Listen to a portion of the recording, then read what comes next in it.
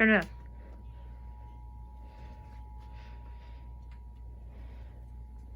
Shut up. Don't judge me. For the following county, Scioto, Ohio.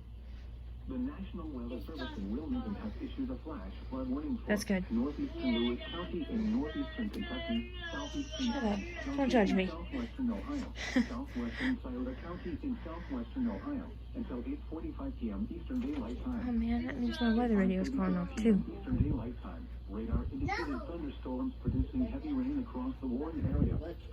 Between 1.5 and 2.5 inches of rain have fallen.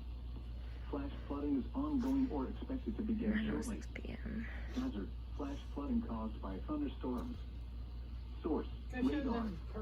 Impact: flooding of small creeks and streams, urban areas, highways, streets, and underpasses, as well as other drainage and low-lying areas.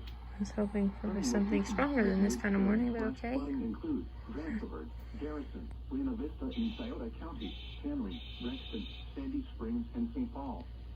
Additional rainfall amounts of 0.5 to 1 inch are possible in the Warren area. Really?